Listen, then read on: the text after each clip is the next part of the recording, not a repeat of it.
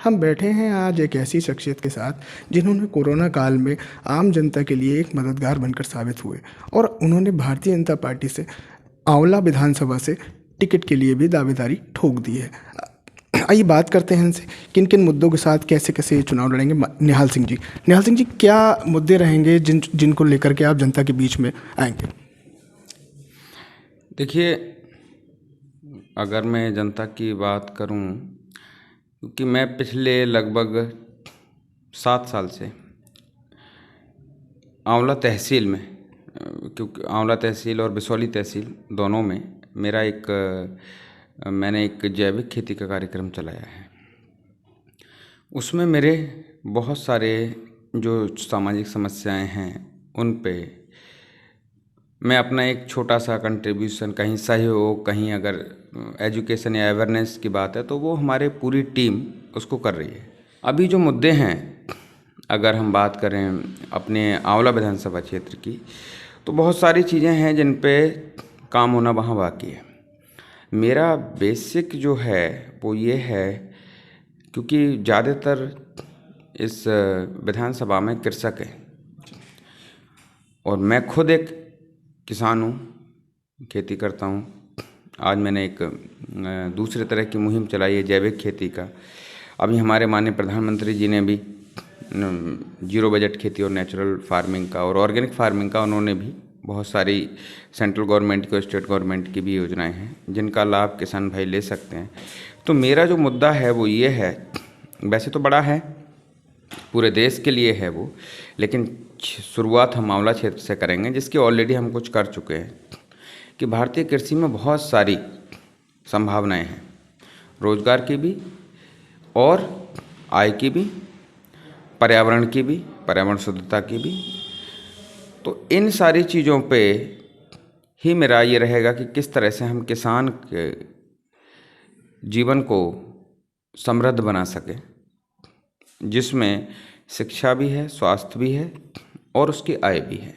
आय मुख्य धारा में हमने लिया है, क्योंकि आय होगी तो भाई शिक्षा और स्वास्थ्य दोनों की केयर खुद कर लेगा।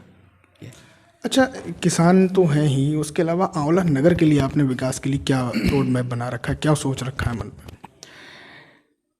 देखिए, आंवला नगर की अगर हम बात करें तो मैं जो मुख्यतः वहाँ मैंने अभी कोरोना काल में कुछ चीज़ों की समस्याएं नोट की। भगवान ना करे ऐसी महामारी दोबारा आए, लेकिन हमारी तैयारी ऐसी महामारियों में के लिए भी हम लोग तैयार रहें। दूसरा, अगर आंवला उसकी बात करें तो वहाँ व्यावसायिक शिक्षा, या अगर पूरे विधानसभा क्षेत्र की बात करें तो वहाँ पर रोज़गार के कुछ जो अवसर हैं, जैसे मान लो इंडस्ट्री वगैरह, ये नहीं है। अभी हमने अपनी तो लगाई है और मेरा प्रयास ये रहेगा कि बहुत सारे लोग हैं जो इंडस्ट्री लगाना चाहते हैं, अगर उनको एक सही माहौल दिया गया तो वो यहाँ पर आके इन्वेस्ट करेंगे, रोज़गार मिलेगा।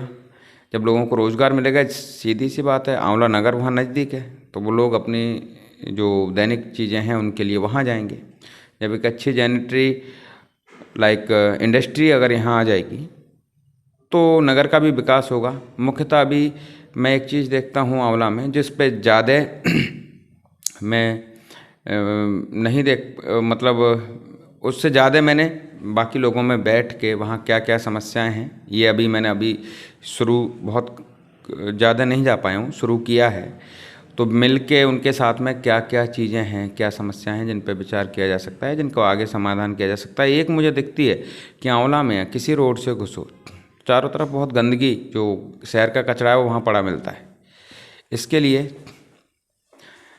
एक मेरा प्लान पहले से ही था, वो हालांकि जब मैंने राजनीति में नहीं आने का मेरा मतलब राजनीति में आने का मेरा कोई उद्देश्य नहीं था, ये तब से ही वो प्लान था। तो मैं उसको तो आगे कंटिन्यू करूँगा कि कैसे वहाँ वो जो गंदगी है उसको साफ़ किया जाए। इसके लिए मेरा ऑलरेडी एक प्रोजेक्ट मैंने डिज़ाइन किया हुआ है। अच्छा, एक जो आपने कोरोना काल में जिस तरीके से लोगों की मदद की, अब जब आप फील्ड में जाते हैं चुनावी बात को लेकर के, तो किस तरीके से रिस्पांस मिल रहा है जनता का आपको? देखिए, कोरोना काल की मदद जो थी वो मैंने चूँकि केवल आंवला में नहीं की, वो 5 डिस्ट्रिक्टों में की थी। और वो मेरी अपनी संतुष्टि का और एक मानव धर्म का कार्य था। हालांकि उसको लेके लोग जो लाभान्वित हुए हैं उनके दिलों में मेरे लिए सम्मान है, वो मिलता है, उनका प्यार मिलता है मेरे लिए, मगर मैं कहीं पर भी उस चीज़ का और ना कहीं उसका राजनीति से कनेक्शन है, ना इस उद्देश्य से किया था मैंने, और ना ये है। हमारा अपना देश है। मेरे पास में भगवान ने कुछ आर्थिक भी समृद्धि दे दी थी। उस समय मेरे अपने लोगों को ज़रूरत थी, वो चाहे आंवला के हों, चाहे वो बरेली के हों, चाहे वो पीलीभीत के हों, चाहे वो हमारे बदायूं के हों। तो जहाँ जहाँ भी मुझे मतलब मुझे सूचना मिलती गई, जितनी मेरी शक्ति थी, मैंने उस हिसाब से उनकी मदद की थी। तो वो धर्म का कार्य है जिससे मानवता को पोषित करने का कार्य है, उसका राजनीति से कोई वो नहीं है। उस समय बहुत सारे लोग थे, सब सक्षम थे, लेकिन एक महामारी थी, उसमें उनका साथ दिया मैंने। आंवला की अगर बात करूं तो लोगों का प्रेम मुझे पहले से ही, कोरोना से पहले से भी बहुत प्रेम और सम्मान मिलता है, जो मेरे लिए प्रेरित करता है कि आंवला के लिए मैं और क्या अच्छा करूं। चाहे वो युवा सही, चाहे वो हमारे बुजुर्ग सही, चाहे हमारे माताएं बहनें सही, तो उन सब का प्रेम मुझे बहुत मिलता है पहले से।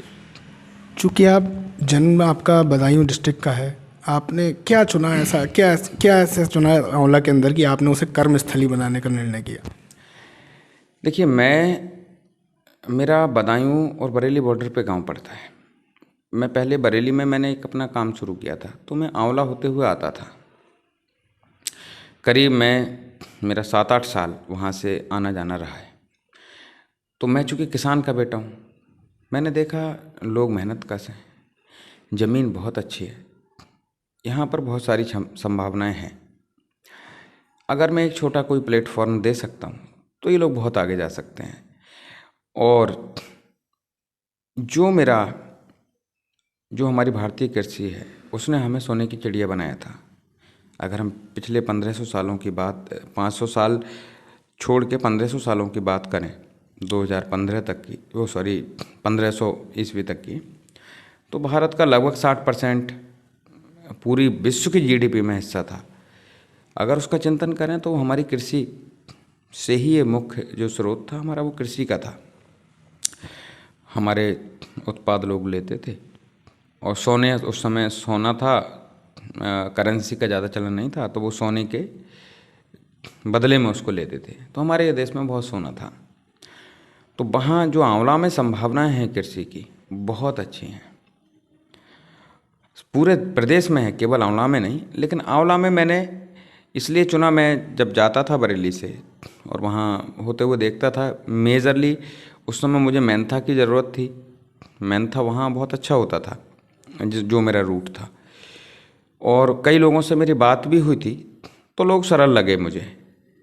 तो मैंने कहा ठीक है, क्यों ना यहाँ पर बनाया जाए, इसलिए इसको चुना। चूँकि अब आप देख रहे हैं कि भारतीय जनता पार्टी से आप इस विधानसभा चुनाव में सीधी टक्कर किस पार्टी से मानते हैं?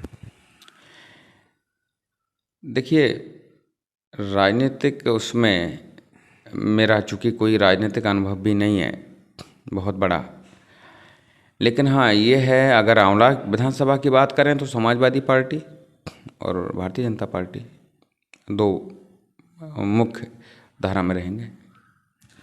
कांग्रेस जिस तरीके से फ्री की घोषणाएं कर रही है, जिस तरीके से आम आदमी पार्टी भी घोषणाएं कर रही है कि बिजली मुफ्त कर देंगे किसान की, और क्या कहते यात्राएं, बस यात्राएं महिलाओं के लिए फ्री रहेंगी, इस तरीके की घोषणाएं हुई, इसे आप किस तरीके से लेते हैं? देखिए, हम बहुत सारी चीज़ें, फ्री जो है वो सबसे महंगा पड़ता है मेरे हिसाब से, वो बहुत सारी चीज़ों को हमारी नष्ट करता है। तो इन चीज़ों से वो किताबी या चुनावी बातें उनकी हो सकती हैं। जैसा भारतीय जनता पार्टी की बात अगर है, हमारे माननीय प्रधानमंत्री जी या हमारे जो मुख्यमंत्री जी हैं, उनकी जो विचारधारा है वो ये है कि हमें फ्री की ज़रूरत क्यों पड़े, हम सशक्त बनाएं ना लोगों को। जैसे जीरो बजट फार्मिंग में किसान की आय को कम करें, उसका उत्पादन वो रहेगा, आय कम हो, लागत को कम करें, लागत कम होगी तो अल्टीमेटली उसमें इजाफा होगा, दूसरा, मेरा जो विषय है ऑर्गेनिक, हम एक्सपोर्ट को उसमें देखें, हम एक फेयर प्राइस उसको दें जिससे कि वो सशक्त बने, उसे फ्री की ज़रूरत भी ना पड़े। फ्री की ज़रूरत, क्योंकि देखो देश के साथ में भी, देश जब सशक्त होगा हम लोग, तभी इन सारी चीज़ों की ज़रूरत पड़ेगी ही नहीं। तो जो भारतीय जनता पार्टी का जो मुद्दा है वो ये है कि उनका उदय हो, ना कि वो हमेशा उसी स्थिति में रहे, वो निकल के उभर के मुख्य धारा में आए हैं और अपनी समृद्धता को वो खुद भी सिद्ध कर लें। तो ये थे निहाल सिंह जी, इन्होंने बड़ी तरीके से बताया कि किस तरीके से किसानों की डेवलपमेंट से ही देश का डेवलपमेंट संभव हो सकता है, और अपनी विधानसभा में भी आगे की रूपरेखा रोजगार लगाने के लिए लोगों को आमंत्रित करना, इस तरीके की कुछ व्यवस्था उन्होंने बताई हैं। कैमरामैन ताबिश के साथ विवेक पाराशरी, बरेली।